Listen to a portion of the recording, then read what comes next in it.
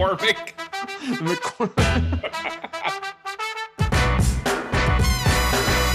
Hello and welcome to another Woodshop podcast with Mike Coffey of Coffee Custom Builds, Daniel Dunlap of Daniel Dunlap Woodworks, and Peter Kapar of Petrie's Workshop. You can find us all, as well as the podcast, on Instagram and YouTube.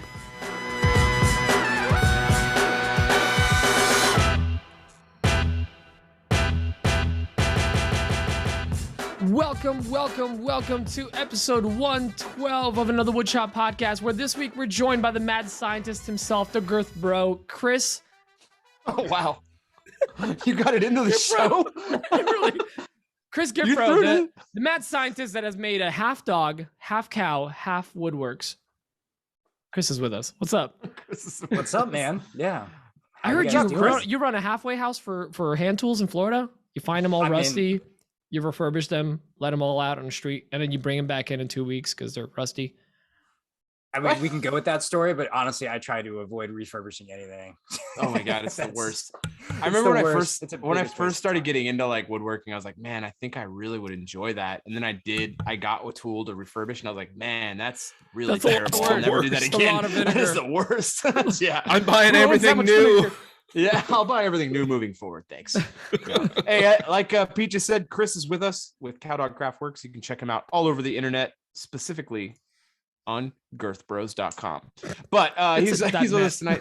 Yeah. Oh, it's an org thing? .org. No, we get the information out there. Yeah.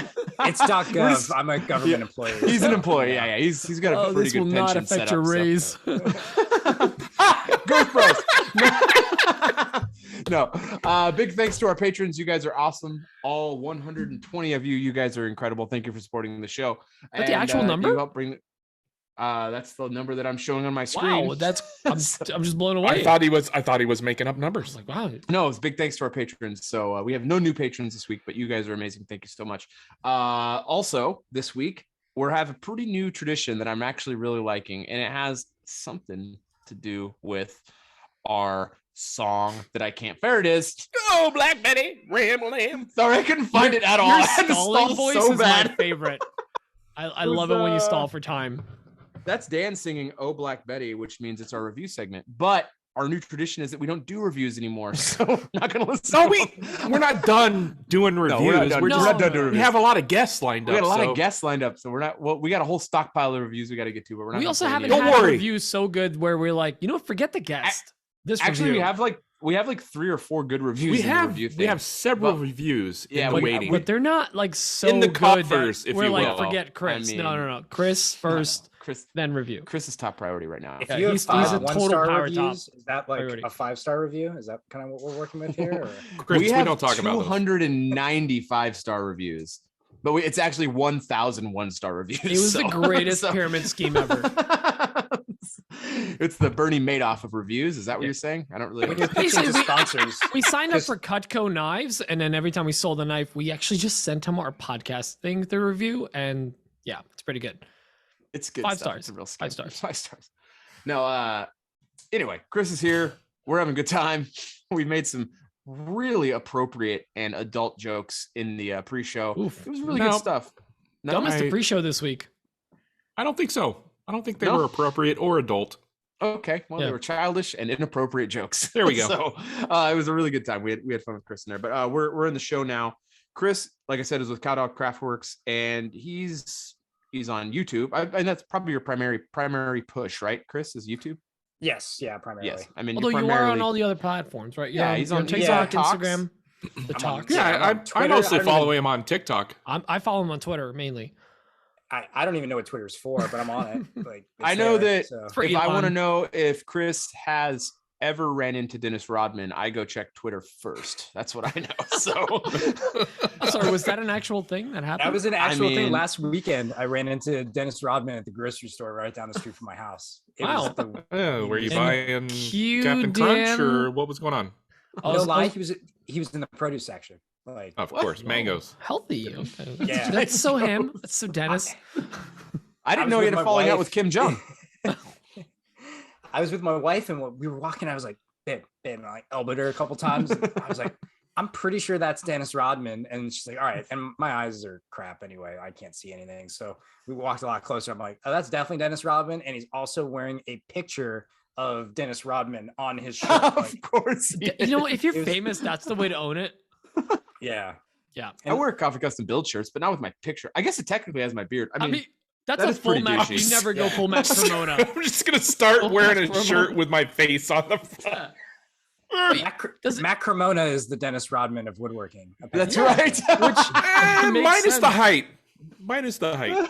He's lacking a little height. And he's definitely not a girth bro. That's what I heard. I mean, he is when it comes to flat or cutting slabs.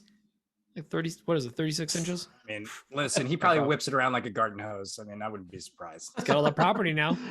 Hangs dong. What is going on? I don't like the show This is a really bad episode. Listen to the pre-show. It all makes sense. Yeah, it all jives after a while. But anyway, Chris is here. We're having a good time. We're, we kind of could jump into some questions, but I kind of want to do what's on our bench so we can kind of get the conversation. Yeah, we should probably do that. That's how we do the show. Yeah, let's do. Okay, that was extraordinarily passive aggressive. No, let's do the what's on our bench segment, and that always starts with this. What's on my bench? Of course, Daniel singing. That's the only thing Dan does. He comes in here, sings jingles, tells us about events that happened a decade ago, but just hit Nebraska right now. When I was your age. I told you, Chris, I'm the talent. Speaking of talent, obviously. Dan, what happened this week for you? Speaking of talent, let me go first. This week, not ready. Big news. I just learned about this a couple seconds ago before we started the show. I didn't learn about it. I just shared it, and I was like, "Hey, I should probably bring this up in the show." I just learned about it myself. No, but this major life decision I made. My wife doesn't listen to this, so it's safe. It's safe to say this out loud. She doesn't know. I shot my last wedding probably ever last weekend, and I'm super excited about it. This season, wow. I don't have any more weddings on the books. I have more than one book. It's just a book. It's one book. Dan, just so you know, weddings. In the show notes, I'm putting in Dan shot his last wedding ever in quotes. Yeah.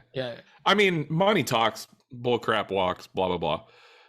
For the right dollar amount, I might come out of retirement. You know, I'll take pictures of anything for the right amount of money.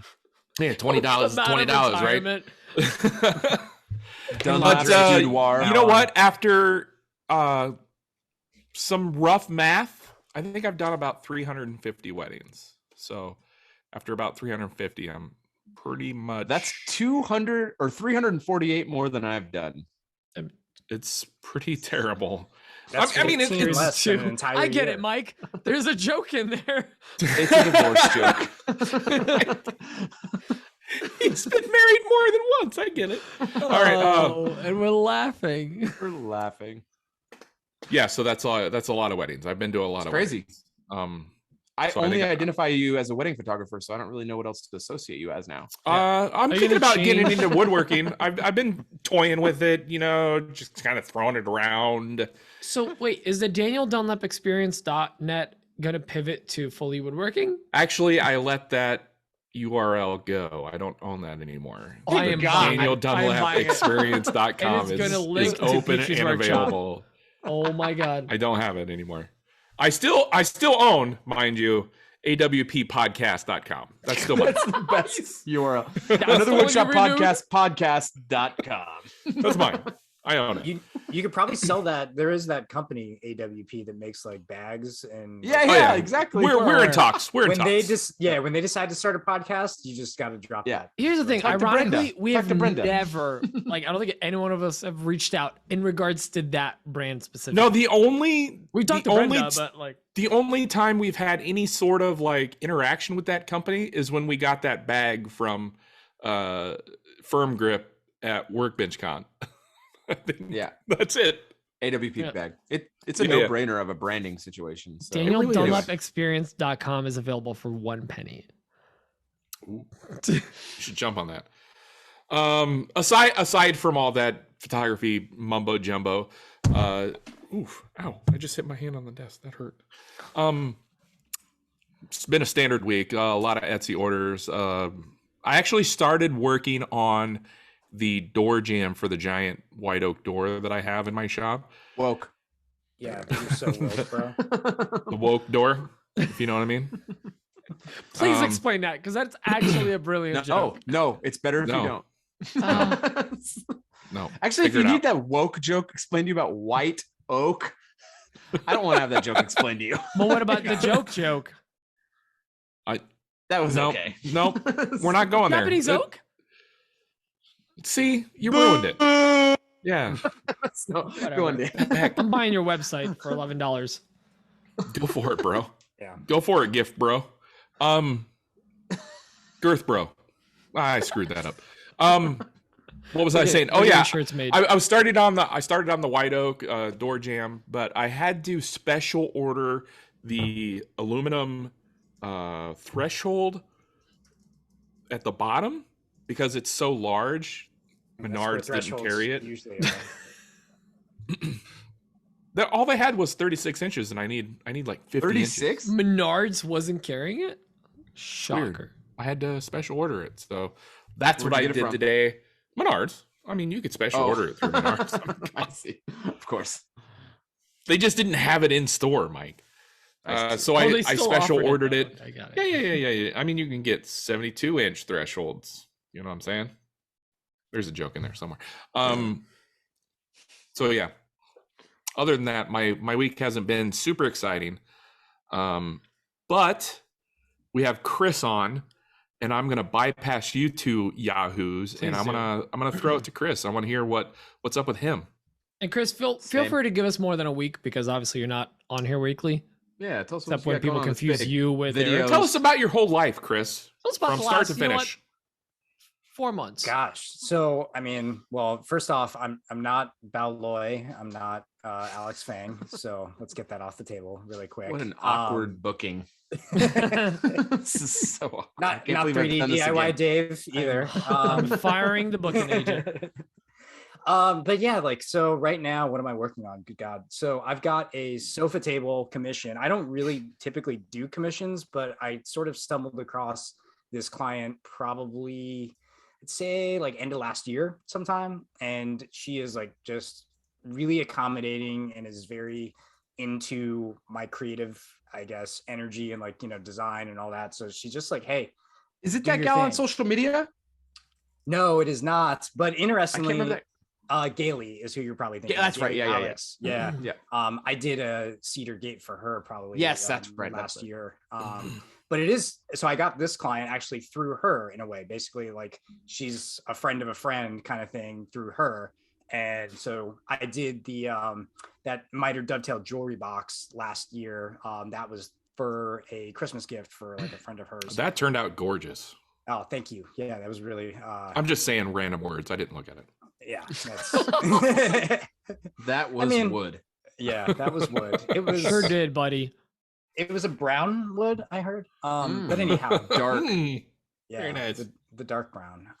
So I'm doing a sofa table right now for her, and I mean the concept is there's a sofa, and her kids like to eat dinner and watch TV, and she doesn't want them in front of the sofa like on a coffee table. She wants them kind of like behind. So it's a 13-inch wide table. It's the exact height of the sofa, and then they'll be able to sort of post up over there. What's like cool about it? It's deep Yeah, or like a wide? bar behind the sofa bar. Yeah, basically. Yeah, that's really the concept cool. of it. And like there's a couple cool things going on here. So it's actually made from black limba, and my buddy PJ, who lives down the road from me, like super good friend of mine. If you've been to WorkbenchCon, not this past year, but previously, he's usually my partner in crime there. But anyhow, so PJ is a sawyer down here in Fort Lauderdale, and he got this tree from Hurricane Irma. So it's actually the champion black limba tree, and what that means is at the time that it fell, it was the largest black limba tree in the state. Like it was this monster. Snap. Girth? Yeah. Oh, it's very girth. Is he super girth? I'm like super into like milling and sawyer. I mean, I didn't know PJ did that. Yeah, so he's got a Lucas mill. Yeah. What? Oh, nice. How big is his? Yeah. Is it like the 60-inch or something like that? Like Yes, it doesn't matter anyway. I think it is because I want to say that he said that he can slab 55-inch wide. Yeah, that's the 60-inch logs. one. Those things are big. Yeah. Damn. So he got the biggest black limba in Florida. That's got to be a gold. I mean, other than that being super sick, that's got to be a gold mine for him. That's probably a lot of money out of that tree. I want to say that oh gosh, I can't quite remember. So he did a table for Alex Rodriguez, actually. Like, okay. Not I've heard of him. Ago. Does he play tennis? Yeah. Yeah. Yeah, it's a great tennis player. Yeah, those tennis players love the steroids.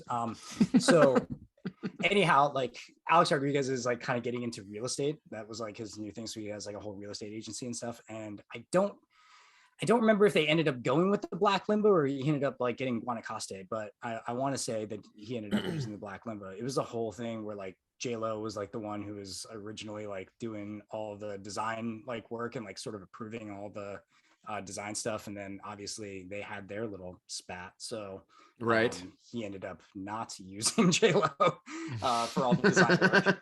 So anyhow, long story short, I've got that going, and because of who I am as a joinery masochist, I'm trying to find ways to make it more complicated and then also increase my rate of failure potentially. Right.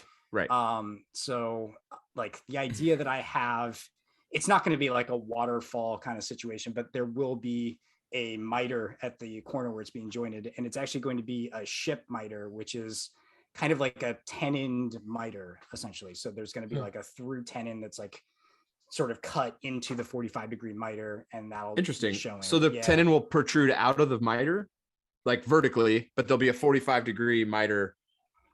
Am I kind of wrong? I mean, sorry, it's all confusing because obviously this is very audio only format. Yeah. It's fine.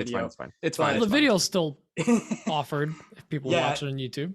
And then also because the components aren't all going to be the same thickness, the top is going to be a lot thinner than the actual like legs essentially. It's going to be like a shouldered miter as well. I gotcha. So yeah, I'm doing a lot of really annoying things that are, all done by hand primarily, and it's going to be very frustrating. But shouldered miters for a top are so, I mean, it's so strong. I mean, you can carry so much weight across the top of that thing when you do a shouldered miter too. I mean, I don't know, because you get all that weight resting on basically a flat surface. You still have the look of the miter, but you have that shoulder for it all to rest on. I don't know. I think I like that joint a lot. I think it looks really good for a tabletop when you're doing like a continuous grain look like that. I think it looks really good. Yeah, it should be pretty sweet. I'm kind of excited about it. I'm definitely excited for the challenge. I mean, that's my whole deal. Really. Yeah, that's gonna be tough. So so that there's that. And then shameless plug here, but I am also the director of Jonathan Katz-Moses's charity. So the Katz-Moses Woodworkers with Disabilities Fund. And in a couple of weeks, we've got like a whole initiative that's launching. So been kind of trying to finalize a bunch of stuff with that. And I mean, I don't have a lot of time in the days. I'm a full-time attorney by day. So I'm very tired, basically. And wait a minute. I thought you were a road worker or something. A road worker? Oh. But you said you work for the government. I just assumed you were holding a sign on a road that said he's a crossing guard. Yeah. It's kind of what I pictured. I'm a sign spinner, like, for like we got a big eat at Dave's Deli. Yeah. I pictured Chris out on the side of the road with a sign that said slow. Like, jeez. Yeah. It's direct attacks. That's just a personal description of my woodworking, really, is what that is. Also, you're a hand tool woodworker? No, I'm just a slow woodworker, really. I mean, I do use plenty of power tools. I'm just, I'm slow. That's really what it is. Yeah. Is there anything you want to is there anything you want to announce about the Woodworkers with Disabilities? Anything you can talk about you want to announce that would be interesting to people listening? So actually, I mean, it's not like a huge announcement necessarily, but so Katz has had this charity sort of cooking in the hopper for a couple of years, and he's been trying to figure out exactly what to do with it. And for the most part, he's been running it out of his DMs and his email, which, as you can imagine, probably with his audience and everything, is sort of maddening, like just dealing with everything on a one-on-one kind of basis. So we wanted to get like an actual program together, something to go on. So the idea is we're going to have 3 projects that are sort of geared towards people that have limitations, like whether it's work holding. Well, work holding is really the primary initiative that we've sort of identified here, or the primary problem, I should say, because obviously if you're a disabled or limited person, like it's going to be a little tough to say clamp things or lift things or flip things. I mean, in the shop, like it's a lot of stuff that we generally take for granted. But for people that have limitations, obviously that's something that's an issue, right? Yep. So anyhow, we're going to be essentially releasing these 3 sets of plans. One, Katz was actually posting about it today. It's a gantry crane with a block and tackle to be able to lift items in the shop, flip stuff. I've got a low like workhorse sort of saw station kind of thing. It's like a seated application with like hold fast, saw bench, that sort of deal. And then a quick release like vise, like sort of like a Moxon workstation sort of thing with a quick release so that it can be operated one-handed. And the idea that's kind of neat is we're going to be essentially having applicants. So people that want these products will essentially on the website apply, we'll vet them accordingly. And then builders, people in the community that want to help, which is kind of the biggest thing. Like Katz says, he's always getting these emails of people that are like, what can I do to help? Right? Like, how can I give back? And I mean, we all know, like, we're part of this woodworking community. Everybody is really generous. Everybody seems to be like a giver. I know Dunlap is one of the biggest givers I've ever met. Like I give a lot. He's a power giver. Yeah. He's a power giver. Yeah. Power. Give power bro. body. They call him Give bro. So yeah, anyhow, like the idea is to link up people that want to build this stuff that they can then, deliver to somebody who wants to receive it. And then as the charity will be like executing tax deductible receipts to the people that are building it. So what website are you speaking of? So Pete can share that in the show notes. Yep. It is kmtools.com, I believe, is the actual website. I should probably know this off the top of my head a lot better. And then the charity is linked in the website under a weird tab. I've told Katz about this a couple times. It's under special offers. No, I'm just kidding. Might be. I want to say, and I'm pulling it up right now, it is under the About tab. There is it a whole Cam list. Tools? KM. Sorry. Katz KM. Moses Tools. KM. Kilo Mike Tools. Got it. Yeah. And then there's Our a charity. link there. And then that'll get you into Excellent. the butts and nuts of it. So if anybody has interest in helping out or participating, they can go to that. And and we're gonna fully launch. I mean, the goal right now is to fully launch, like I believe it was June 5th was what we were shooting for, which is like in a couple weeks. But it's coming right up. Yeah, it should be right there. So among this like commission that I'm actually so I've been working on it a ton, but I've also been avoiding it because, as I said in the pre-show, like it's been so freaking hot and humid here, and I already have in AC Florida. In my shop. No, who would have thunk it? So I mean, it's really unmotivating to try to get in the shop, and I've actually been. Have you heard of AC? So or are you so hand tool that your AC is hand cranked? Like hand cranked, yes. Yeah, I do that. I would love AC. I've been talking about doing a mini split for a while. You should, dude. Yeah.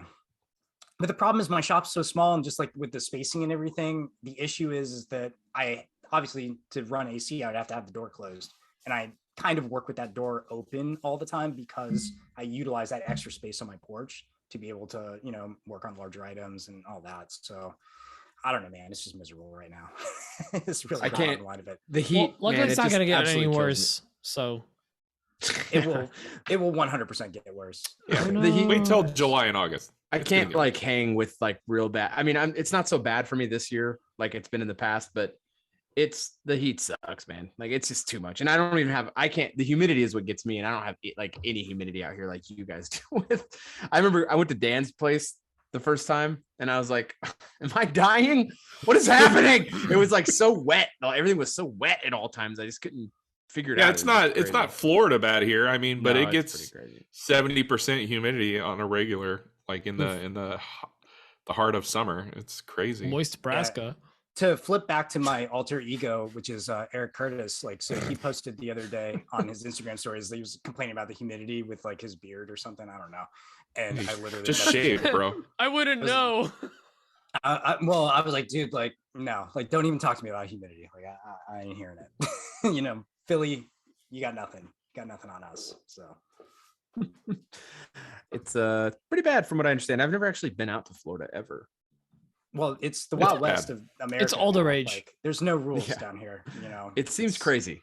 It seems like bonkers town out there. I hear they have the best Disney. That's what I was gonna say. We went to we took the kids to Disney World in 2018. 018? Do you want to try that again? That's what we're calling it now? Yeah. We took the kids there in 2018, early summer of 2018, and the humidity was, I wanted to kill myself. It was really bad. I will never go back to that state ever. Wow. Oh, we're on episode 112. Yep. What I mean, so what else you got going on? What's going on with that commission? I mean, how far are you into that thing? So I'm pretty far. I have to, I mean, basically where I'm at is like all my materials like dimension, and now I have to start marking everything out and cutting joinery. So yeah, that's basically, it's the nuts to butts time right now. Yeah, that's the best part. Yeah. Mark up and assembly. Oh, I thought the nuts to butts time was the best time. Okay. I love nut to butt time. Yeah. So good. I don't even know where I don't even know if that's actually the saying, nuts to butts. It is the thing. You're running so fast that your nuts are hitting your butt. It's what it is. That's brilliant. Back when I shot weddings, I always told people to get close when we were doing formals. I'm like, get nut to butt. Let's do it.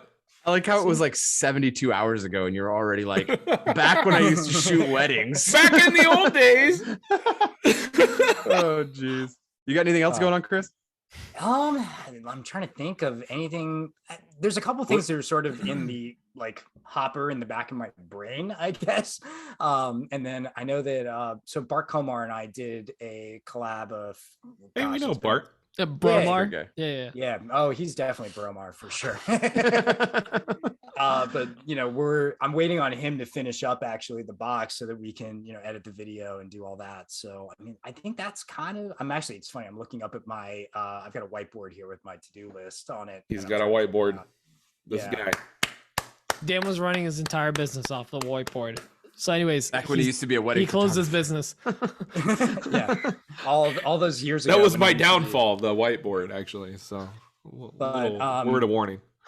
So I've had like some actual timber frame projects that I've been wanting to sort of pull the trigger on, and I have delayed and pulled the trigger on none of them. And now it's like so hot that I don't want to do them because they're going to be 99% outside.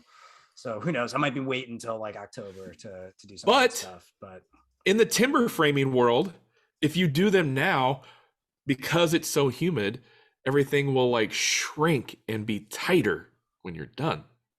No, when it shrinks, it'll be looser. Isn't that how that works? No. It'd be looser. Wood moves, Dan. Swell. I don't know. It would think swell. That with all the wood movement education you get from your comments, that you would know. But I thought, so like wedding photographer, like you cut joinery and then it all shrinks, it would be tighter. No? No, because it goes into something. Like, let me be clear. Like right now, it's May. He's 26th. thinking about tabletop. We're talking about a glue joint. It's May 26th. Thinking about everything, like p.m. and my shrink. Wood is pretty swollen. But as soon as I look at Dan, it shrinks. And gotcha. It's full October over here. It all Winter makes time sense in now. your pants. Yeah. So. All right. I was in the pool. Well then. So yeah, that's all I got going. If you think of something else, interrupt me or Pete. But Pete, you're going next, so hit it, homie. Oh, sorry, you swigged. Did you want to go next? Hit it. I was just swinging. What was that, Dan? Were you doing a TikTok? Always. You were doing a TikTok. I'm proud of you, buddy. Good job. Way to communicate with modern technology. Anyways, I'm here for the young audience. That's what you guys got me here for. The younglings. Nick Brim, like the youngest audience member we have, I think. Probably. Yeah, he's something what, like 19? I don't know. Go on. All I know, he's fallen through his deck more times than I have. Excuse me. Oh. Yeah. He's alive. That big deck energy. It's a weak deck. It might be big, but it doesn't have the girth, bro.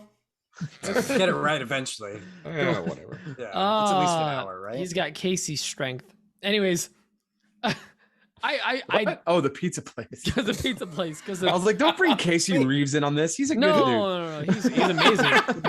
No, you talking about Casey's the gas station? Casey's? Yeah, Casey's gas station roast pizza. Yes.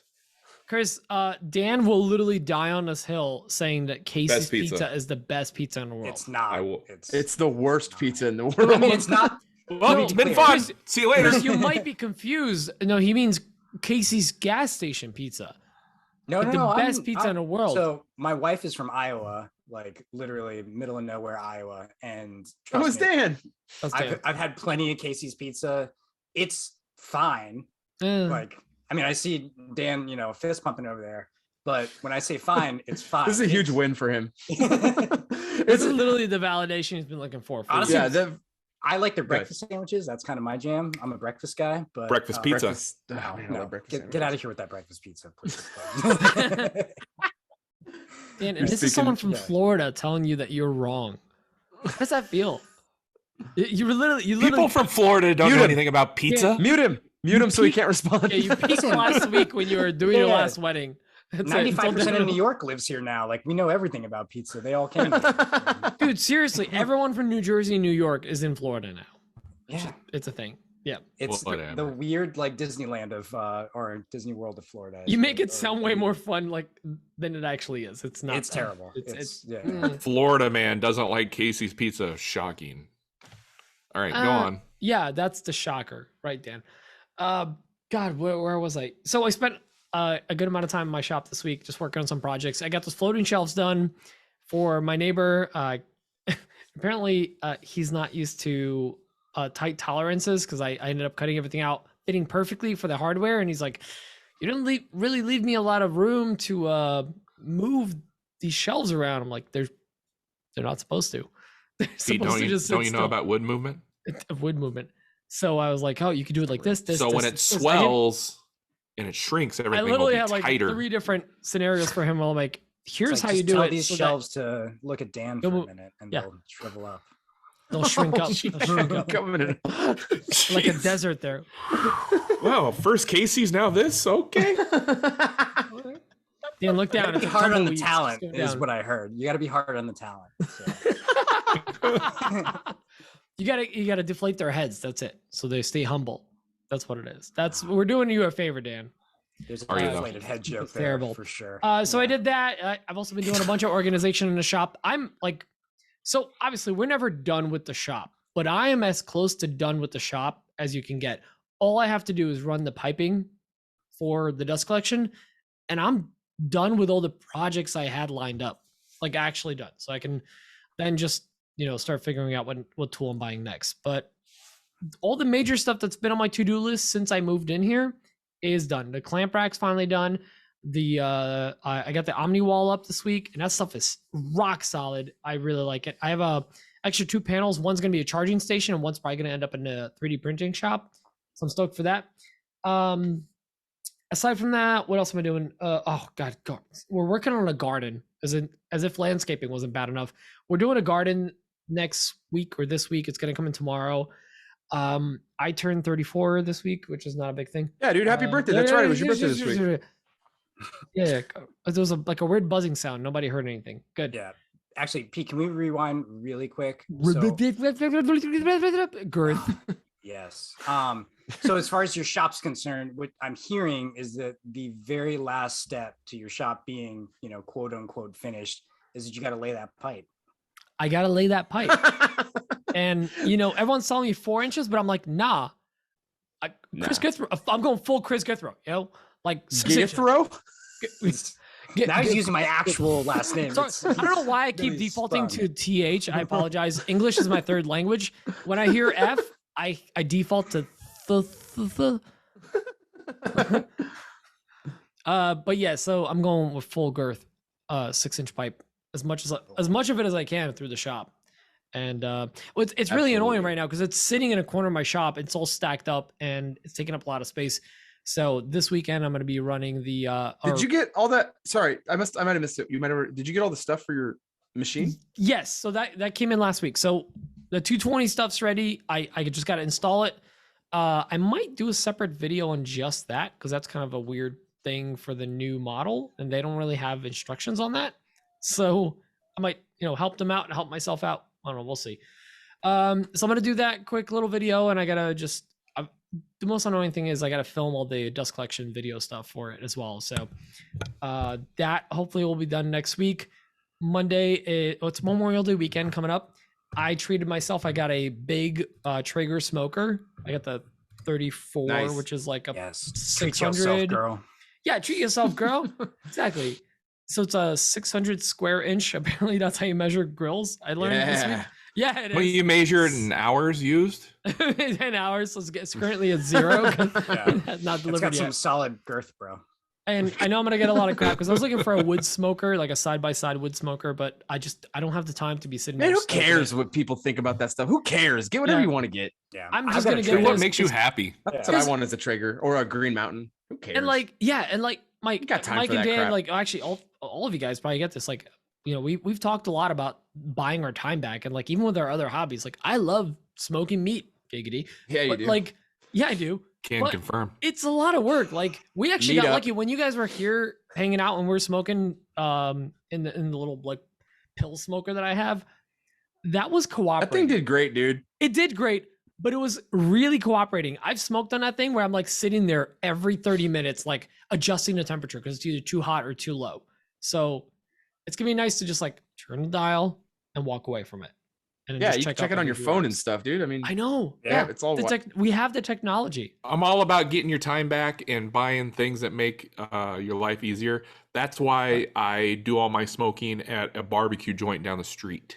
Yeah, which is fine. I- I'm I sorry, Dan. Did your barbecue joint down the street deliver to my house when you were here?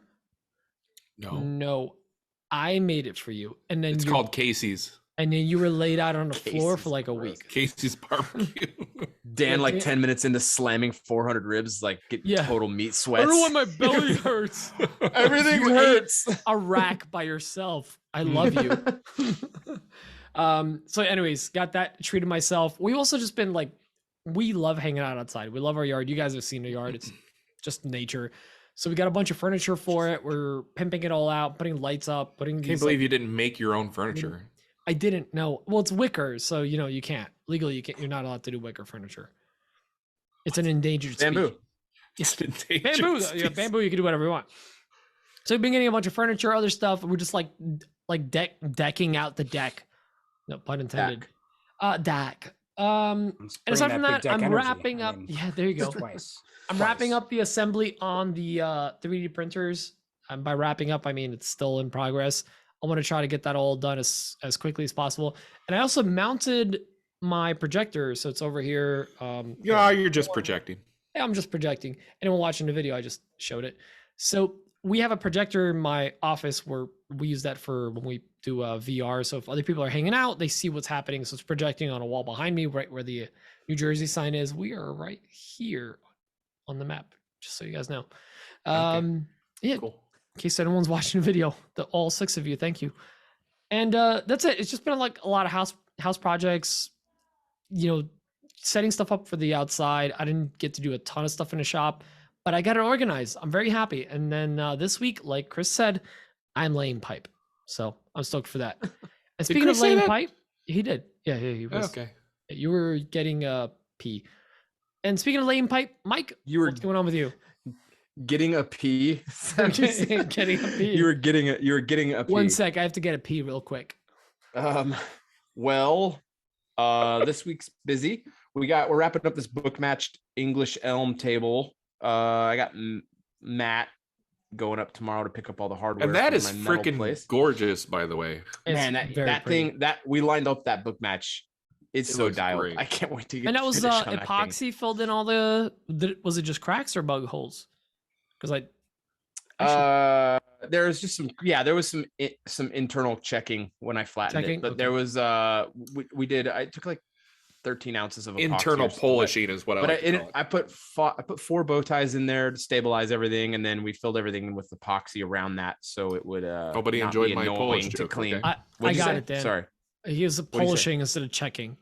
Oh God. Wait, Mike, do you do 2 types, or do you just do penetrating in there, or do you do the penetrating slow. and then just slow?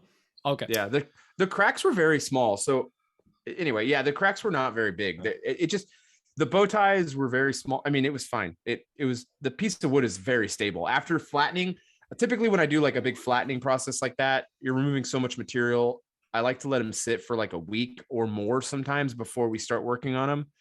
I let those sit for it was about I guess we finished them last Friday. So they were about 5 days, but it hadn't moved at all. The wood was just not moving. I stickered everything back up, stacked everything, and that elm must have been very, very old and very, very stable because it didn't move at all. It was very flat. Tickle in the base.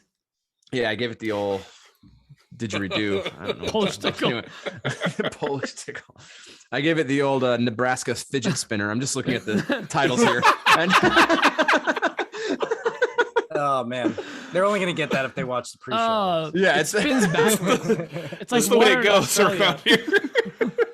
Yeah, so that is going to be Matt is going to go in the morning. It's like a 5-hour round trip to go up to Tidwell to get all the steel. So he's going to go get all that. So tomorrow I will probably work. I won't work late tomorrow. Never mind. That's right. I got stuff for my son's last day of school tomorrow. But I'll get that thing finished this weekend and ready to go because I want to get it out of the shop because there's like no space. All the glass for those 4 carriage doors I'm doing is coming tomorrow. So we're going to start the assembly on that on Tuesday. And that big Claro walnut desk is that's all cut down to rough shape right now. And that's been sitting for a week. That wood did move quite a bit. So I'm gonna have to flatten everything down. I left it thick at like 2.5 inches, all the wood, but I'm going to bring it down to 2 inches because otherwise we have to get that thing into the building and it doesn't need to be any bigger than 2 inches thick. That's going to be a massive table or desk, I should say. Said it to Chris. So yeah, I know, right? It's thick with 2 C's, you know. Yeah, it's 3C. Yeah. It's a 3C situation. No, but possibly a Q. It's a THIQUE. It's QUE. Yeah, QUE. Yeah, it's EK. Yeah. That's for our French, It's for Tomas. You'll know what that means later when we get. But yeah, it's gonna be mitered waterfalls. It's gonna be L-shaped with a big miter, and then a waterfall in the end. And that's going to be cool. I can't wait to build that one. I'm really looking forward to getting into that because I've been working on these shelves for this. I guess I can say it now. I mean, we're in contract, but for Room and Board, this furniture retailer, I'm doing these shelves for. So it's just more of like it's just a job for this company that I have a good relationship with now. So we're just getting through all the sample order so that they can get everything signed off with QA. And then we'll get into the first big orders. So got through all that this week. And then I had a bunch of small orders off like my online stores. Well, my Etsy store, that's typically Matt does that stuff, but like, it's just like tanked real bad. And honestly, it feels really nice. Like, it's just like that stuff takes up so much time for like what it is. It's just like, it's a huge diversion from the big projects that I like doing. So the website store has done pretty good the last few weeks, but we're just so busy with commissions right now that's all I want to do. I love that stuff. So that makes perfect sense. I love doing it. Like, I just love it. Like, it's like I get to wake up and go do these projects that I just love doing. It's amazing. So yeah, like that's where your creativity probably shines as opposed to Etsy, where you're probably just pumping out the same thing over. Yeah, I mean, it's cash flow for sure with Etsy. It's definitely a creativity killer over there. That stuff, but it is, why you got to be attacking me? I'm 100% not. Hey, Emma. Oh, hi. So yeah, it's nice with that stuff. But yeah, we're gonna be getting back into the grounding boxes again. I'm gonna be making a big delivery tomorrow on that and a big pickup on that. So we're gonna be really busy with that. And then I've got I just had the other thing in my head. Do you guys remember me talking about those Monopoly boxes? Yeah, like a year 6 years ago. Yeah, that's been a while. Yeah. So that guy came back around like 3 months ago or something, or maybe right before Workbench Con, and he actually took my design and then took it to someone else who had it refined a bit, and everything's all dialed now. So we're actually going to be starting on that in July, which is actually kind of. I mean, I'm not going to be a part of that project. That's going to be mostly a Matt project and Sean project, but it's going to be kind of a cool project because it's going to be helping. There was a big fire a couple years back up north of here, the Paradise Fire. A lot of people lost their homes. It was a really big fire. I remember seeing that on the news. Yeah, and this program, all this money is going to help build a community center for Paradise, basically. So it's really cool to be a part of that project. And and I'm working on this job for a .com company in the Bay Area with one of my East Coast partners. And hey, we just had a long meeting today, and that job is turning into a gigantic job, which I'm really excited about. So it's going to be really cool. It was going to be a bar and 5 tables. It's now a bar, 12 tables, and 3 conference tables. So I'm really pumped about that. So really stonks. That job's going to be really, really fun. And they're giving it's full creative. I get full creative control, other than they need to hit some specific like colors in this. They want like the tone to be kind of the same throughout the building, but everything that is designed is up to me. It's entirely up to me, which is amazing. So Mike, are you all finished with that? Because I saw you were essentially like retrofitting a shipping container, and I apologize, because on Instagram I usually watch stories with the sound off, so I don't really know too much about it. But was it supposed to be like a storage shed kind of thing? It's all wood storage. And so what I did, actually, I should bring that up. So I had a shipping container delivered last week, and we added wood racking along the whole side, and then part of the other side, and then just a random offcut rack. Because I have a very hard time with getting rid of bigger pieces. Like any of the small stuff I've gotten a lot better with. Any small stuff I usually throw into a bucket. And there's like 5 local guys that do like cutting boards on the weekends and stuff. They come and pick them up. Like they'll text me like, hey, you got anything? I'm like, I got a bucket for you. So they'll come and pick up like basically anything under 16 inches long.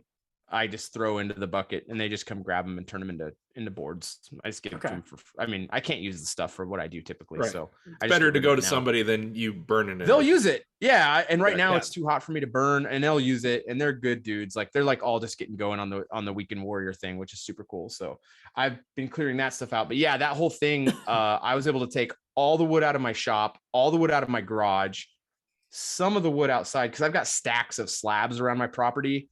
But I couldn't get those in there, but they're fine where they're at. They're all undercover and stuff. But that thing we put the company's called AC Infinity. I only know they're actually for groweries, but they actually make right. I always see all their signage and it's like for like grow houses. Yeah, they're for grow houses. I just need it for my growing what exactly? Potatoes. Jazz cigarettes. Jazz cigarettes. No, it's but yeah, I have one of their extractors for my big laser, but it's an attic fan I put there. Sean cut a hole out of the back, and they make an attic fan too? Yeah, I need that thing moves a ton of air. I was how loud is it? It's as loud as my laser fan. It's like 62 decibels or something. You can't even hear it. I'm looking for like an ultra quiet fan for the house fan, so it could like run while I'm recording and stuff. So it was 96 yesterday. It was 97 in the container. I think that's pretty good. That's real good considering that container's straight steel. Metal. Yeah, it's all steel. So we put it on the side of the shop where it stops seeing sunlight after like 2, right? So it doesn't get it anymore. So it's in a good spot, and the wood isn't. My big concern was that it gets so hot in there that it would case harden the wood, and then I just start having fractures and all kinds of problems. I don't think it's gonna be an issue at all in there, and the humidity is like floating around 20%. So I think everything's gonna be great in that thing. I'm really excited about having that and having all that wood out of the shop, because that is the biggest problem. And I think so Matt is gonna become my cousin who works for me a couple days a week. So Sean, I got a guy, Sean, Chris, if you don't know, there's a guy who works for me 5 days a week, Sean. My cousin Matt works for me 2 to 3 days a week, but he's going to be coming on full time. But I think there's another local guy here. He's in the woodworking community. He's like, he's a nice guy. He comes up to our meetups and stuff whenever you're doing. I'm going to try to bring him on here probably July, and he's going to be like, he's kind of like on the, I don't know, how should I classify him? I don't want to like make him feel bad at all, but he's learning woodworking. So he's going to come in and learn and an apprentice. Sort of. Yeah, kind of like an apprenticeship model essentially, but I'm going to pay him well. I mean, I believe in paying people well. So he'll be paid well. And he's going to come in, and he's a good dude. I get along with the guy. So anyway, cool. Where in the world did you find a shipping container though in 2022? Because my understanding is that they are few and far between. Rough. Oh, he found one, but he paid for it. Yeah, it's rough. Like they have them. they have them, and like 4 months ago, my understanding was at the beginning of the year, like you can't find them, like they just aren't available at all. But now they're available. But it was $4,300 or $4,200 to get that thing delivered, like bought and delivered. And I want to say when I was working at my family's construction company, I used to buy those for like $1,400 delivered before. I mean, they were really cheap. It's so expensive now. So. One of my buddies down here, DP Woodworks on Instagram, another Daniel Peter Woodworks. Yeah. No, it's actually Dusko Pesic is his name. He's from Montenegro, originally, but he's like the vice president of operations at Seaboard Marine down here. And nice. We've like for the most part gotten containers from him, like part of the crew, like whatever. He gives us a little deal, and now he's like, dude, it's impossible. He's like, if I wanted a container for my house, he's like, I couldn't even get it. Like, it's wild. Like, just so scarcity. You guys obviously have a lot of ports out there. There's a lot of sea traffic out there, but we have Oakland, which Oakland is only like an hour and a half for me. Oakland has just like a glut of containers. So I think that's the only reason it's opening back up. Like I had called a place. Well, I'd called many places to be like, I will just rent one. Can you just bring one out to me, please? Please just bring it out. And they're like, we can't even rent them. Like, we just can't get them out to you. It doesn't exist. That was like early. Typically, what he tries to hook the crew up with is like 1 or 2 trip containers, right? Like stuff that the nice ones banged up or rusty or whatever. And like I said, it's pretty much impossible. Actually, right at the start of 2020, I did like a whole. It's the least Cowdog Craftworks like project ever. But I retrofitted a shipping container for a yoga pants company, interestingly enough. Oh, nice. Yeah. So it was basically just a huge flex for their office. Like they got like this like office warehouse space. The lady had bought the the warehouse. Probably going to do a YouTube video on the tour of it because I never got to actually film content for it, and that'll actually be a part of the video. But anyhow, long story short, it was just wild as hell to like actually work with a shipping container and like get in there, and you're just using a Sawzall to like cut out like the cutouts on the side, getting through all that steel. I mean, it's something else. We were hitting it with a grinder and not the app, but like the tool. But we were grinder. We were in there. I was like, I've never really seen the for shipping containers. For me, they're always so utilitarian, and I've never seen the draw of them, like people turning them into houses. But I've got it here. I'm like, man, you really could just like slap up some insulation and frame up a wall and do whatever you wanted in this thing. And it'd be actually, it's watertight if you get one that's not, hasn't seen like 70 trips over from here to East Asia or whatever. But like I can tell this one's definitely had some trips under its belt, but it's fine. It's completely good. I'm not worried about any water intrusion at all in this thing. And if I were to like frame out the inside at some point, it wouldn't be that, it'd be a pretty cool project. Like turning it into my office was something I was thinking about, but that'd be super cool. Or like or for the podcast or just any kind of thing there. It's just a square watertight box that you can turn into some pretty cool stuff. So like when you have a company like that where I'm not familiar with where you didn't do any content on that, right? Barely. I mean, there was like a couple Instagram posts, but like there was no YouTube video or anything. And I mean, that's like I bet you that would explode, dude. Yeah. If you did a full video on that, I bet you that would do so well. Like, and well, so the whole, I'll get into it a little bit here, I guess, but the whole point was like, I went into it with a partner actually, and that partner stopped showing up to work basically about 3 weeks into it. So I'm there with this huge shipping container, basically by myself. And I'm like, all right, like I got to figure this out. Yeah. And, deadlines are looming, but the whole concept of it was like, we cut out the sides and, ended up running like a stair, and then there's a deck with a railing from View Rail that's like on the like top. So it's just like a office, like lounge space. They use it. They've got a couple desks inside, that sort of That's thing. Super smart. So you put like a sun deck on top. Yeah, absolutely. Oh, that's sick. Yeah, that's a really good idea. Cool. Yeah. That would help with keeping it from getting so hot up top or inside too. Well, it's indoors, so it's an air conditioned space. So okay. I gotcha. But yeah, like it's literally inside the warehouse. Like when I do the YouTube video, it'll be kind of cool just because you can see like where it's set up. But like it's just the most random thing like that's there. Well, you got my brain spinning now, because now I'm like, man, I have this tractor I could actually like throw some racking up on top there and store stuff on top of that thing, and that would help with insulation. Light colored wood to insulate it. Yeah, to blow the knock. A bunch of pine slabs. Oh, that's so good. all Hear 6 me out inches of here. it. Mayonnaise. Red- Clarified butter. Clarified mayonnaise. Oh. Put the container up on like a trailer, throw some wheels on it. Boom, you have yourself a mobile home.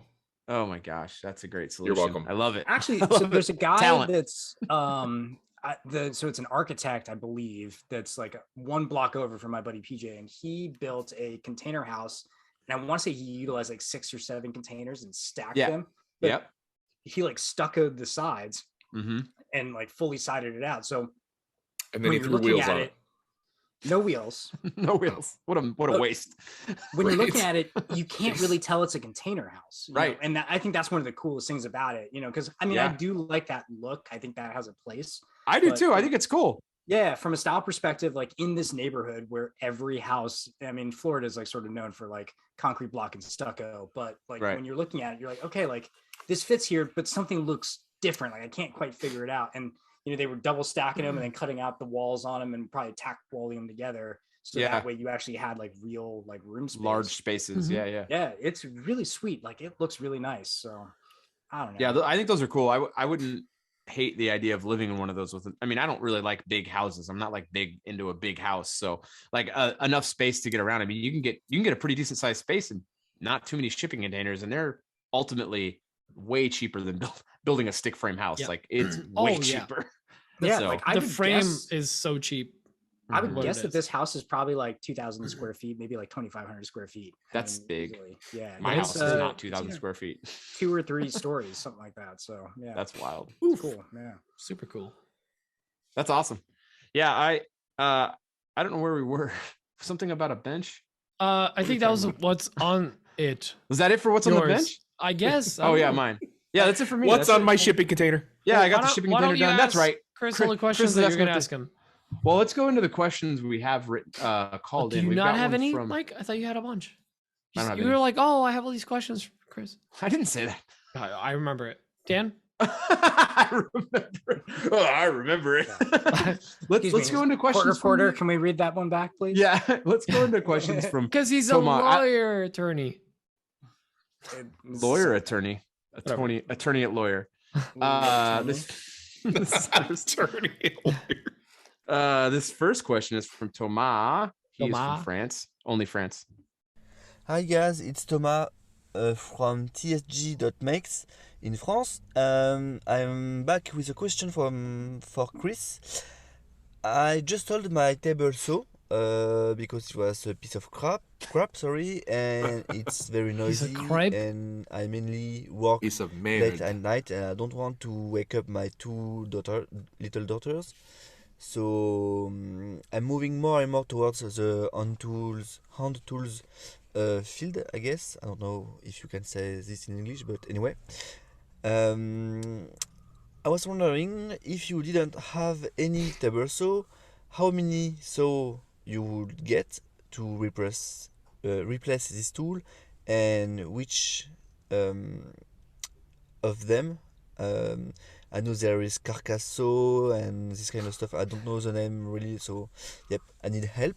And also, can you really sharpen Japanese pool saw, especially the very fine tooth? I feel like it's just the kind of saw you just throw in the bin and get a new one.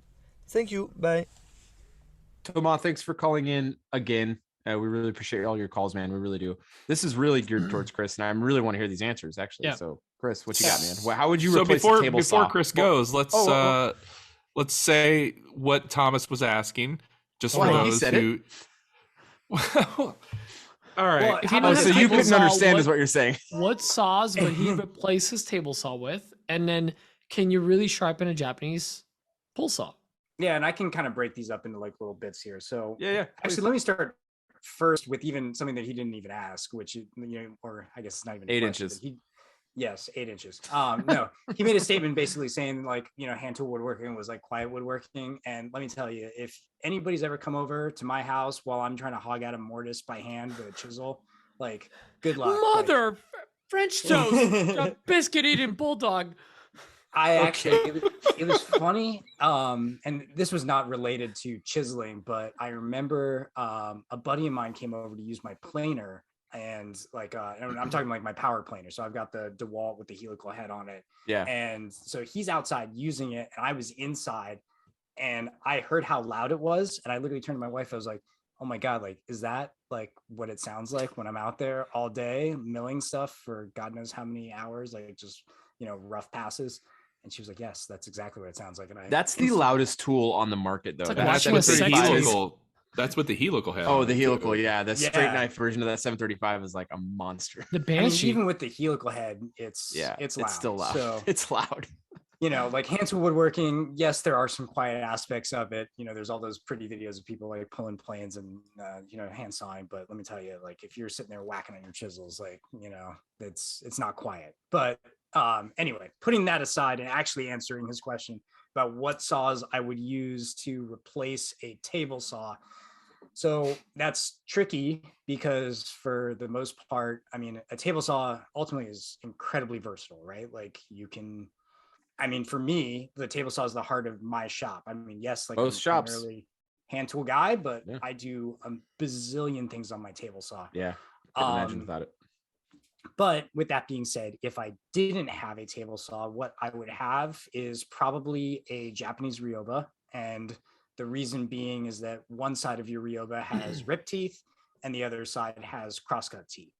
Now, this is then going to lend into his question as to the whole sharpening aspect. So right now, the way that the market and like sort of like Japanese carpentry sort of, I guess, industry and everything is looking towards, Japanese pole saws that are most widely available are disposable. So he is correct in the sense of you don't need to sharpen a like Zet saw or like a Suizan. You just, those blades are $20. Get rid of them, right? There's no. Yeah, you can simply just replace the blade and not the whole saw, right? For a lot of Correct. them, yeah, you're right. Yeah. However, if you want to get real weird and you kind of want to level up in quality, there are sharpenable Japanese pole saws, like non-disposable Japanese saws. And I've actually just started to get into them. And let me tell you, they are glorious. Like they cut like a damn laser. It is really, really impressive. I would never dare try to sharpen one myself. So there's actually a like, I guess, expert level sharpening that can, there's people that do this. So in Japan, how would I put it? The person that does this is called a mitered, or it's like the process is mitered. So it's this idea of like making sure that the saw is properly tensioned, that it is flat, and then they go through and actually sharpen all your teeth for you. It is like the creme de la creme of these like non-disposable saws. And here in the States, we literally have one guy that is like really capable of doing it to that level. So if I need one of those saws sharpened, and granted, you don't need to sharpen these saws like every week. It's not like a chisel where it's going to get dull like after like from the abuse super quick. Like realistically, if you're using them at a hobbyist level, you'll probably sharpen your saw, I don't know, maybe once every couple of years. It's not that big a deal. That's not bad at all. Yeah. I mean, the average weekend warrior, Yeah. like, And what's one of these saws cost? So they're not that bad, actually. They're cheaper than a lot of like custom American back saws. So they don't come with handles for the most part. The handles are Who needs a handle? Yeah, they're pretty easily available though. You can find them online, and you can. So Japanese tools. Let me also get this sort of squared away. Like Japanese tools outside of the disposable stuff, there's a weird, in my opinion, I find it kind of to be a little bit of a racket because they all come to you about 90% finished, which is a like strange concept. So let me give an example of like a Japanese plane.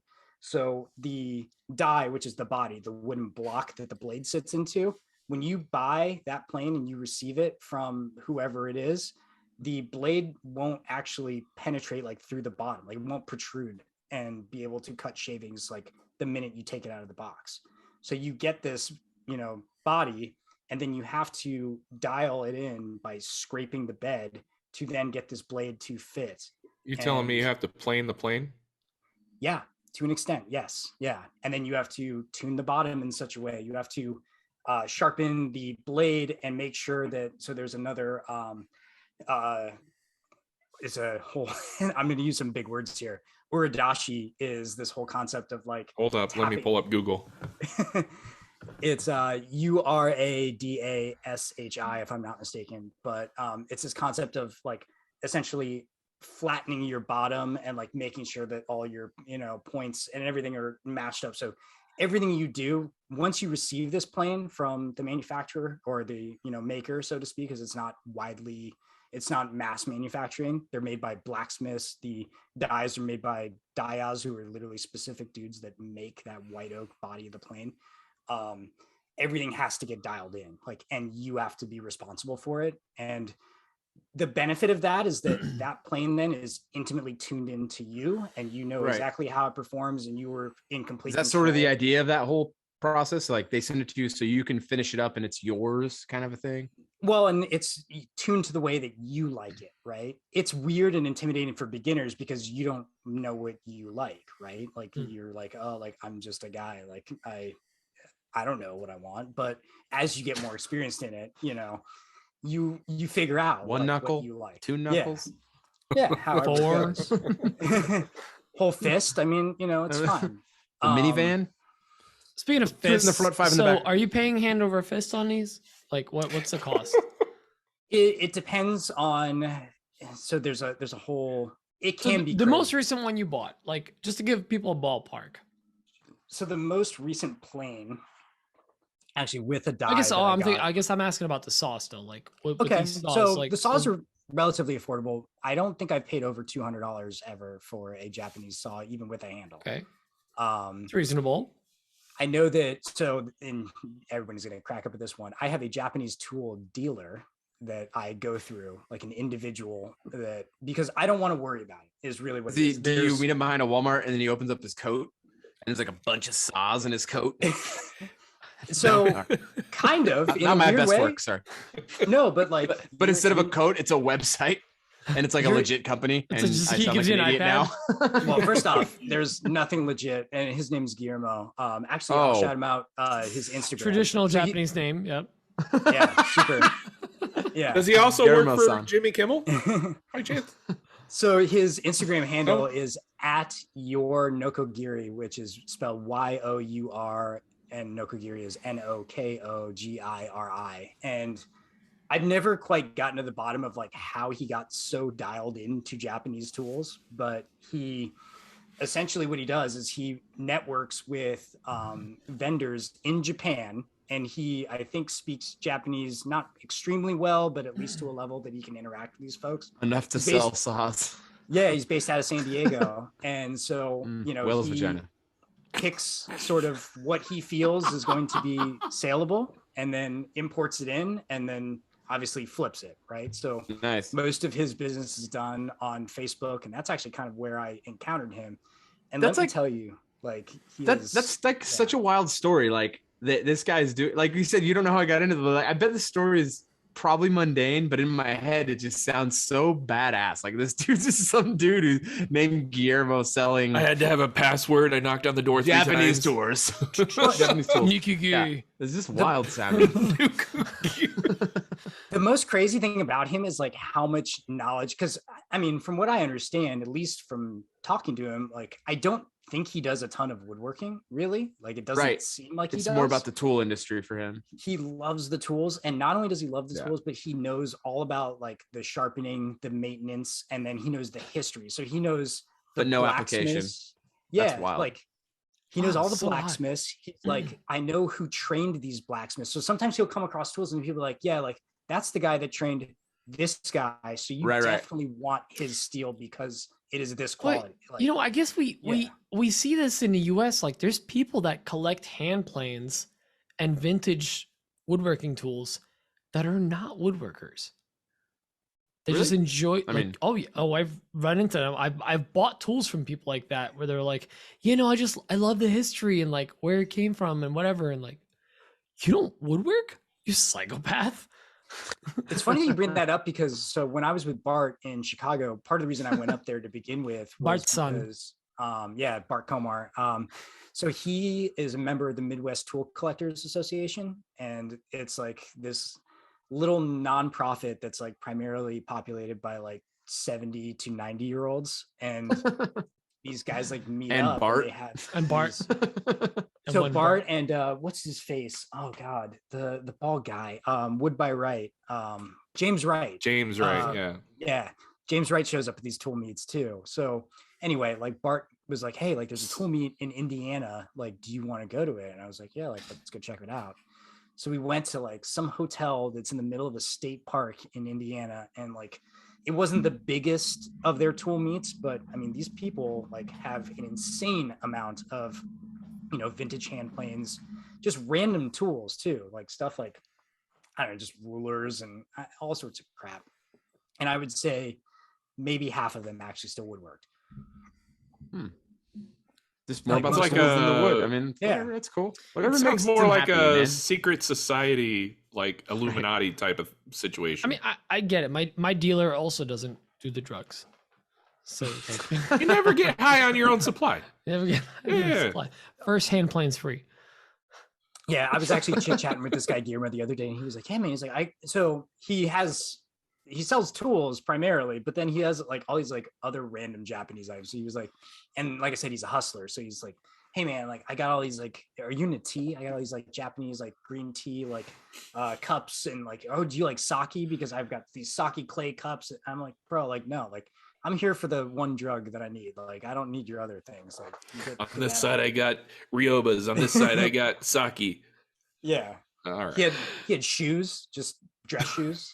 He was like, hey man, what size shoe are you? I'm like, I don't need dress shoes from you, bro. Like we're not doing that. What a Man, hustler. He's like Yeah, this hustling guy's getting it. I hard. like this oh my guy. god. But I will tell you, so as far as like the knowledge that he has, and at least with me, I don't know what his relationships are like with other folks, but like he has never steered me wrong as far as like the advice he's given me on like how to make these tools operate at their highest level. So and funny enough, if you do ever decide to interact with him, he will randomly, out of absolutely nowhere, like, you know those memes where it's like, you know, no one, nobody, and then just like a blurt of like some random facts. Like that is this dude about like tools. You wouldn't have talked to him in 3 days, and all of a sudden he's going to send you a paragraph about how to, you know, flatten your stones properly, like just out of nowhere. And I've found it to be very valuable, at least for me, and like what I'm getting into. So Yeah, but you're weird. Yeah. Like most people aren't. So I know, but you know, it's out there. So yeah. but I guess you gotta respect that hustle though. Like this guy just goes on and like goes, all right, all these customers like copy paste send, copy paste send, paste send. And like he just hits up all of his clients and like, hey, here's some stuff. Now in like a week, like, hey, I got some stones. You want flattening stones? That's that's like exactly how it is. Actually, this is a fun story. Do you guys all know Justin Dietrich, who I did the timber frame class Justin's with great. at Workbench Con? So Justin, I turned him on to Guillermo, as I've turned a few of my folks on to. Turn us on too. Yeah, so Justin, you know, obviously is a teacher at a school, and he had some money to burn essentially from the school. The school was like, hey, like we have this budget, like, you know, what do you want? Like you tell us what you want and we'll give it to you. That's sick. Yeah, so That's like nice. he got a shaper recently, which is, you know, a fun little toy, but you know, he wanted some really like high-end quality Japanese tools. So I was like, dude, like, yeah, like hit up Guillermo. Like, I'm sure, you know, if you need an invoice or something, like he'll figure out how to be professional, right? He'll make an Excel sheet. So He's got a let me guy. tell you, How do I do that through Facebook? I don't know.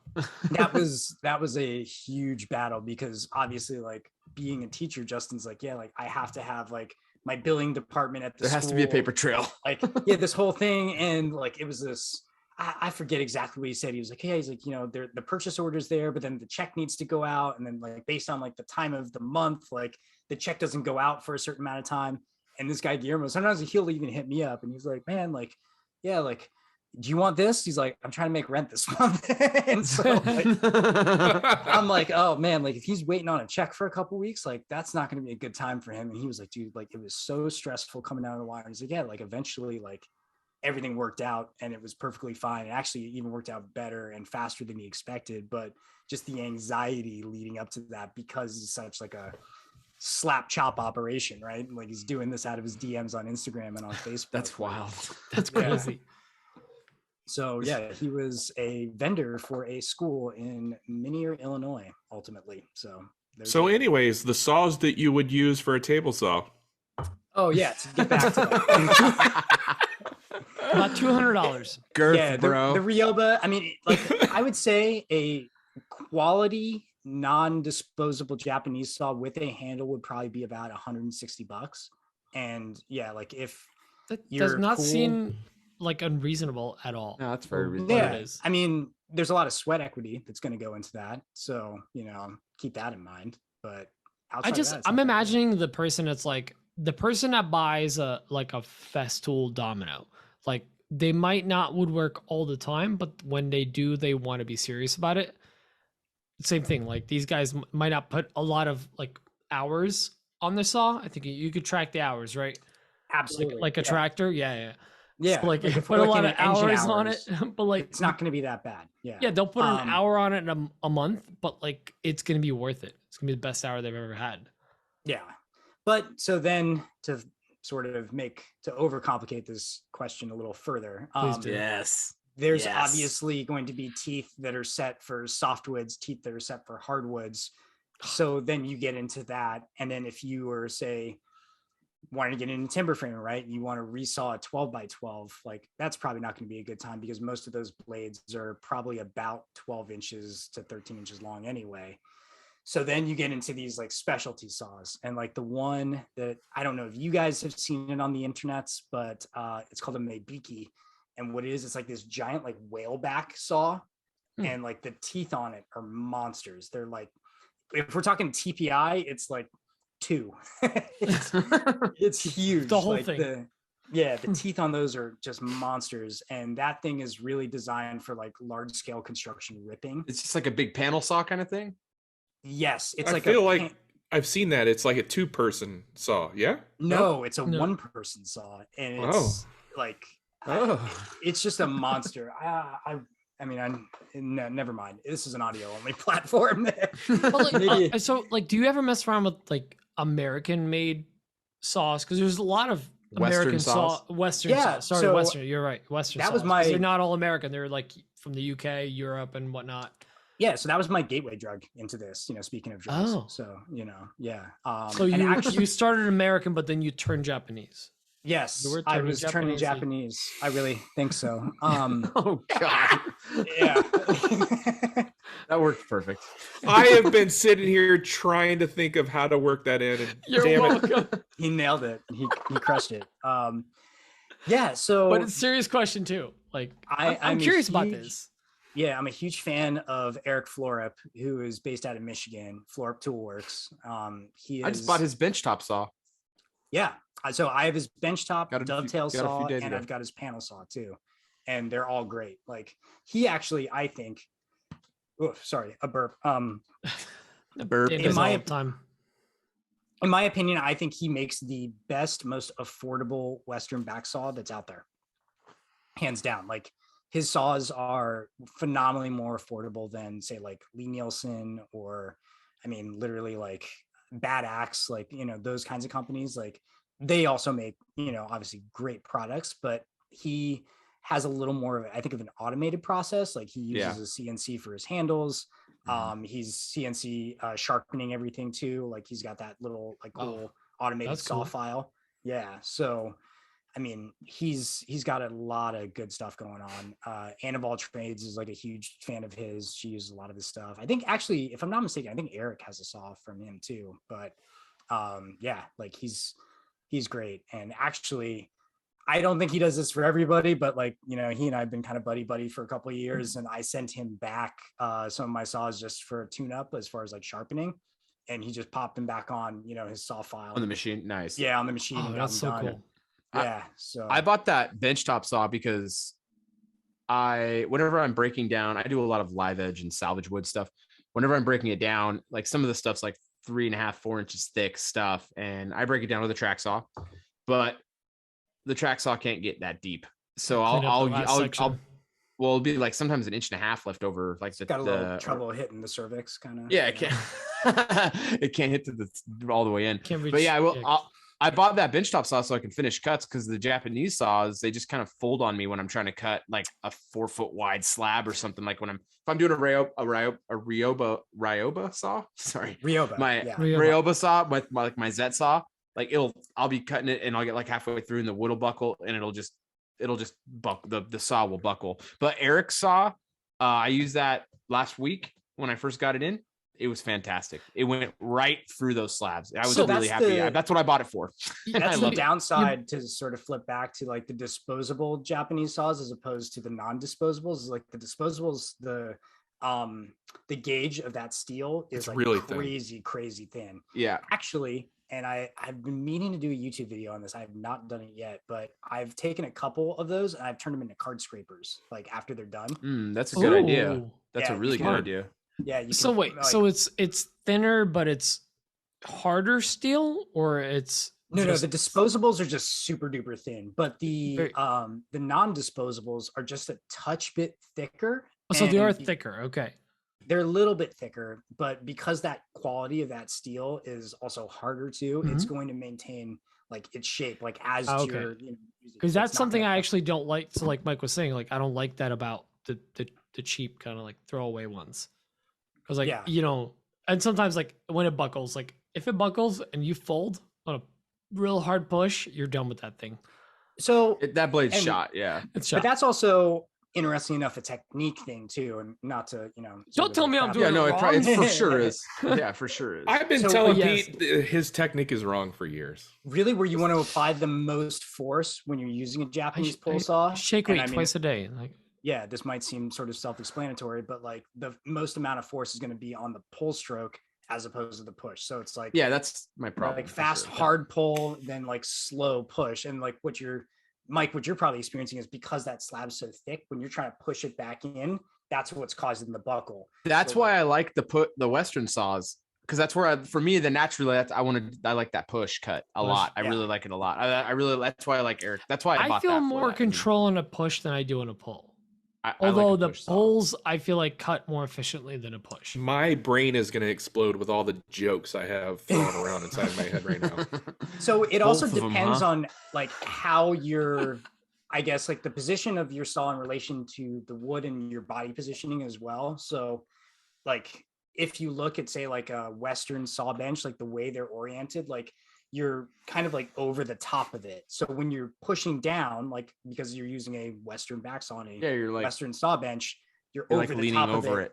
And everything is sort of like generated to that, right? But like a lot of like the Japanese stuff, like you're back working kind of up and down. Yeah, exactly. Like, so you're kind of, your body's just in a different position. So everything's a little more efficient. I always find, at least with the Japanese saws, that I'm less tired after using them, which is it's less energy for sure. Yeah, absolutely. So I mean, I'm not like a hand. I really enjoy hand tool work. But I really like power tools. But I really enjoy and find, as time goes on, I find myself enjoying hand tools more. And I use my Japanese pull saws all the time. But for this particular application, for me, when I'm breaking down a slab, I am leaning over it. I've got a slab below me. I'm leaning over it. It makes more sense with the push saw. Yeah. But I mean, the pull saws get a ton of use in the shop. If that slab, let's say, like hypothetically, is like at chest height for you, like you can sit down even on like a stool and like use a pull saw, and it's just a different experience. Okay. Yeah. That makes sense. Yeah. Yeah. That's something I should try for sure. But see, Mike's a power top, so like he can't just sit down. He can't just be down. Yeah. Can't be down. It's not. But to get back to the floor up benchtop saw, like I have that saw, and so in the pre-show we were talking about some of the difficult joinery that I've done. That joinery, I didn't have a panel saw at that time, and I wasn't into Japanese tools so much at that time. So I was doing all this Japanese joinery with Western tools, which is a fun thing that I was doing for a couple months that I thought was like ironic and hilarious. I saw it on the internet. Let me use my Harbor Freight chisels. Yeah, that kind of stuff. But the benchtop saw from Eric was what I was using to do rip and cross cuts on. So I did everything. Actually, that whole door was all with the benchtop saw. Wow. And it was a monster. And I remember even Eric like messaging me. He was like, "Dude, I can't believe you're getting like that kind of reps and like that kind of efficiency out of it. So, why are you doing this? Why are you doing this to yourself? Why do you hate yourself? But he's a phenomenal saw maker. So, I mean, he is an incredibly awesome dude. I want to say his dovetail saw, like his entry-level dovetail saw is only like, and he might have raised the prices, but I want to say it's only like $80 or something. Like it's not terribly. And what was his name again? Could you say that again? Eric Florip. Florip. It looks like Flow Rip. Yeah. Flow Rippa. Like not Flow Rida, Flow Rippa.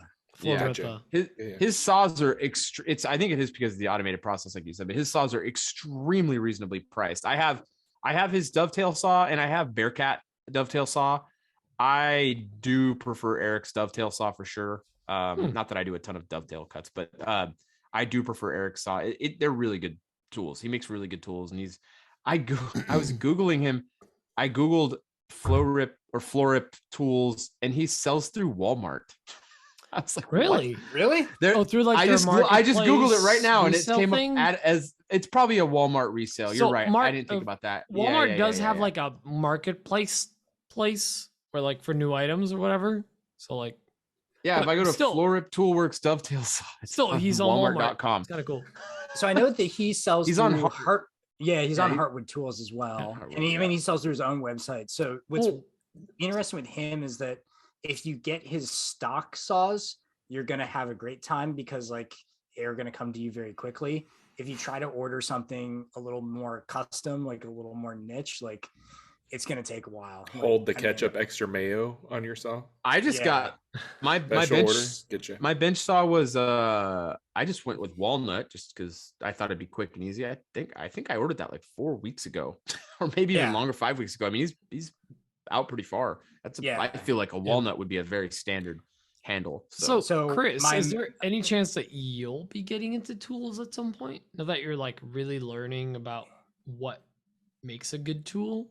Like as in making tools? As in making or having them made? Because like there's nothing wrong with having them made as long as they're made to your standard.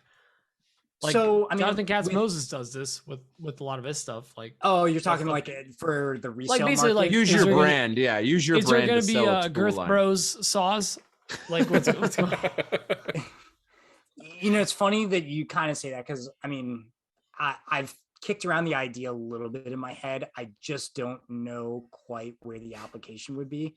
Yet. I don't know. Like, I like, at least when it comes to Japanese tools specifically, I mean, let me try to narrow in there. Like what I really like about it is sort of the craftsmanship and the history behind the steel and that whole process. So as I said before, like these are generational blacksmiths that are making these tools. Like, so for me to try to like step in and kind of, I guess, not quite like step on those toes, but to like introduce something new into that field might be a little tricky / odd. But with that being said, I do think that there's some sort of value in, say, like an entry level Japanese block plane or something like that people could, get into, because I mean, listen, tuning these things and learning all the nuts and bolts about them, like it's tough. And I actually, I have a YouTube video on the first time I made my first Japanese plane body. So you can buy a Japanese plane body, but I decided to try to make it because I came across a plane blade that was given to me. And it was so hard and it did not work. And there was also issues with the steel ultimately, which that was a whole nother issue, like, between me and the blacksmith. I mean, nothing bad. I just, he was like, dude, I cooled it too fast and it caused like these hairline cracks on the steel. So anyhow, long story short, this stuff's hard, so the barrier to entry is a little aggressive. So I think there is some value in having something that is not terribly expensive, where say like the blade or the steel is not, I guess, super craftsman, but at least it employs like the same kind of, I guess, principles. Because another thing to note is that Japanese steel is laminated. So you have hard steel that forms your edge, and then the top layer is soft steel. And there's multiple reasons behind this as far as like shock absorption, trying to be able to keep your hard steel from cracking. but also you can alter your hard steel edge by tapping on your soft steel. So if you have a corner of your blade that's like kind of like sitting up, you can tap on it with a hammer and cause it to push down. And then you have that hollow on the back, so you are not flattening your entire back. You're only flattening like a certain section of steel, so it's a little more efficient in the sharpening process. Damn. So much that goes into it. Yeah, there's a lot. So to sort of cut to the chase, an entry-level product that sort of allows a user to sort of work on all these skills at a low It's cost. important. It's needed. Yeah, with a low, like, you know, barrier, like where you're not worried about screwing it up, right? That's the biggest thing. You buy a $400 plane blade, and the first thing that the blacksmith expects you to do is take a very hard hammer and hit it. So that's a weird concept. Like, you don't buy a Lee Nielsen and then take a hammer and start whacking at your blade with the risk of cracking it, right? So that's where that sort of lies. You know, like, I have, at least now, and I'm not an expert, you know, I'm not like what they call like a shokunin, which is like a master, you know, like I'm somebody who's just kind of studied this for the past few years. But anyhow, like, I'm not somebody that is, I guess, a beginner, but I'm also not an expert, right? So, you know, for me, I've developed some level of confidence in this, but somebody else who's just trying to break into this is probably intimidated as hell when they see this idea of like, I'm intimidated just listening. Like, I got to take a hammer and smack my $400 plane blade with it to be able to at least get it to perform at the level that, you know, is it to like work set it, or like what's the no? So when you're trying to get a flat back, so to speak, so like, and again, audio only platform, but essentially the edge of your plane blade is going to be like really the only thing that's getting sharpened. Like when you're like, as we're talking about the back, not the bevel. So if a corner seems to not be getting sharpened because it's lifted from the forging process, then you have to find a way to get that down. So then you take, like I said, a, you know, hammer, and you tap on your soft steel, and that is going to push your hard steel downward. Does that seem to make some sense? Yeah. So then as you do that, as you start sharpening it, you'll start to see that corner slowly, or even because the soft steel's on the inside part furthest away from the blade of the piece of metal. The hard steel's on the blade itself. On the edge, and then like through the bottom, basically. Yeah. On the top side that has the blade on it is hard steel usually. No. Or the bottom, depending on how you look at it, right? Yeah, that gets a little confusing. Basically, the way that I always try to describe it is like the layer that forms your edge is going to be the hard steel, and then everything above that is going to be your soft steel. So yeah, and then the hard steel is. I never thought to like hit it with anything, because I have a couple blades that have, you can see the defining line of like soft and hard steel in there. Yeah, so typically Japanese tools are really the only ones that do that lamination. I would be very cautious with Western blades. Like, don't go, if you got a Lee Nielsen, you know, block plane or something, don't go smacking it with a hammer. That's probably not the smartest decision. Writing that down on my notes. So we're super deep into this episode. We're an hour and a half. So I had another question for you, but I think we're not going to get into that because this went quick, and it's, what's up, Dan? Oh, I just hit my ankle on my chair. It's painful. No. Laminated bone.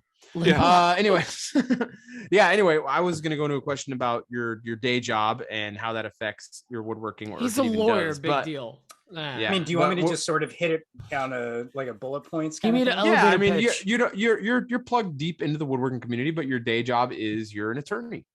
How does that affect what you do and how you approach this? So, I mean, and can you please stop trying to sue me? Yeah. So, you know, I'm an attorney that works for the state, and, you know, if everybody wants like a feel good story, like, you know, I work with like a very, I guess, how do I call it, marginalized population. So essentially, like, I advocate for kids that are in the foster care system, you know. So I've been a prosecutor in that. Love that. For like pushing 10 years. It's actually going to be 10 years next year. And I'm a division supervisor. So I have a, you know, number of attorneys under me. I manage them. I have my own caseload. You know, that's the job. That's what I wanted you to talk about. I wanted you to explain what you do, and because it's important. So cool. It reflects on you as a person, and it's going to affect how you approach everything else, I'm assuming, because that's important what you do. Yeah. And, like, as far as how it affects my woodworking, I mean, there's a couple different aspects to it. So, I mean, the number one thing is really for me, and not just related to, say, I guess tangential effects from my day job, but woodworking for me is kind of therapeutic, like, and it's always has been, like, sort of, I don't know if I've ever actually come out on a podcast and said this, but the moment that I decided to get more serious about, like, putting myself out there on the internet as far as woodworking is concerned was, like, after my dad had passed away. So, I used, like, this, like, the woodworking community, getting into all of this as my own, like, personal, like, coping mechanism, right? Yeah. And I saw that value, and, that was something that was, like, really strong for me. Anyhow, how, I guess, woodworking and, like, my day job sort of, like, intertwine, like, it's like I guess, like, I try to cram it in, like, where I can, which is Heyo also, that kind of thing. But I get it. I get you. Yeah, like, like, I guess what it does is it provides me the freedom to be able to play around with the things I like to, which is also another Heyo joke. But the idea is that, like, woodworking for me is not, like, I'm not relying on it to eat, ultimately, right. So when I talk about, like, using hand tools and all the value behind all this kind of stuff, like, really what I'm looking at is the craft and the tradition, and I'm a hobbyist ultimately, like, that's, my deal. So if you're in production, like, don't look at somebody like me and be like, oh my gosh, like, that's what I need to be doing. Like, no, like, that's a terrible idea. Do not do that. Like, you're not going to get anything done. Like, it's going to be awful. But, like, if you are somebody that is interested in the craft, and you're interested in challenging yourself and, like, learning new cultures, this is, what I do is for you, so, I mean, I guess, I don't know if that really answers the question, so to speak, but it does, because it's so everyone approaches everything differently. I mean, everyone does. It just paints a picture. Like, it doesn't necessarily need to answer the question that I asked, but it paints a picture of who Chris is. So you're an attorney by day. You advocate for a group that needs advocation big time. You have a very serious job. You have a very serious job that you deal with some very serious stuff, and it's heavy. And I find that when people are they take things very seriously in what they do, the things they do for their hobbies, they take very seriously too.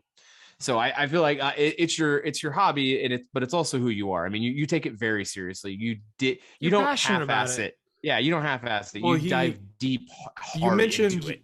You mentioned using this as a coping mechanism, or you use it to cope with your professional life. And I think a lot of people can relate to that. Yeah, absolutely.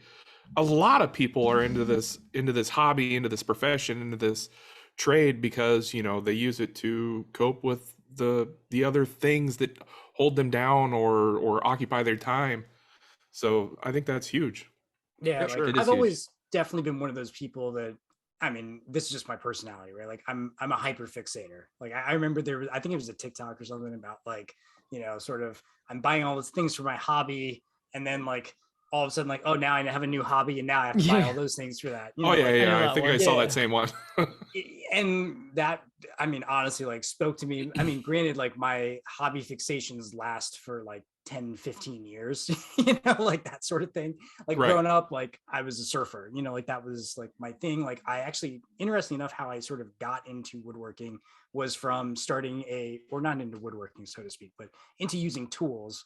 Was I started a surfboard repair business out of my parents' garage, like, in high school. So I knew how to use sanders. I was using epoxy and polyester resins before it was cool to, like, pour it in between two pieces of wood. And like, I had at least a familiarity with, like, tools and things like that. But, like, for God, like, I mean, I want to say, like, 10 or 15 years, all I did was, like, eat, breathe, and sleep surfing. Like, I competed, all that. And then, like, when I came back after I graduated law school from California, like, golf became, like, a thing where, like, I was, like, balls deep in golf for, a couple of Yeah. years, like it's just, it's one of those things, but with Do you see woodworking, that happening with wood? Being balls deep in wood. I mean, I'm definitely super balls deep in wood right now, yeah. but Go on. I guess I'm almost like, there. Keep going. No, I mean, is this something that will eventually disappear from my life? I highly doubt it, just because I feel like the accessibility to it is kind of the thing. Like it's always there, right? Like it's always in my garage. Like anytime. That's the other thing. It's in your garage. You're not driving. Yeah. It's not a hobby you have to like travel for. Exactly. So it's always there. Like if I need that escape, like I can just walk over there. Like and even the mundane things like sharpening a chisel for half an hour, like I can do that in between court hearings if I'm doing them by Zoom, like, so yeah, Right. like it's right there. So that's one of the cool benefits of this. And I mean,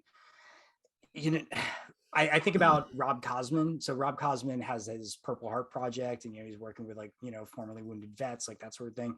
And there's this whole deal about how hand tool woodworking benefits people with PTSD.